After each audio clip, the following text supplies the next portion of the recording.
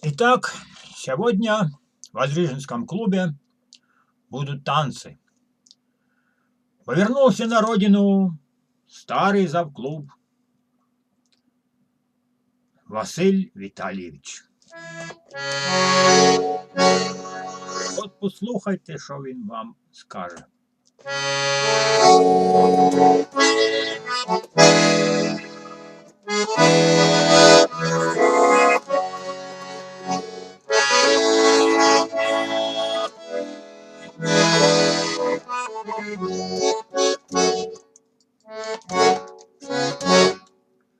Ну що вам заграти, польку чи вальса? А то ж все одно танцювати не будете, по углам сидите, очмарівши от сівухи. Ех ви. Ну, добре.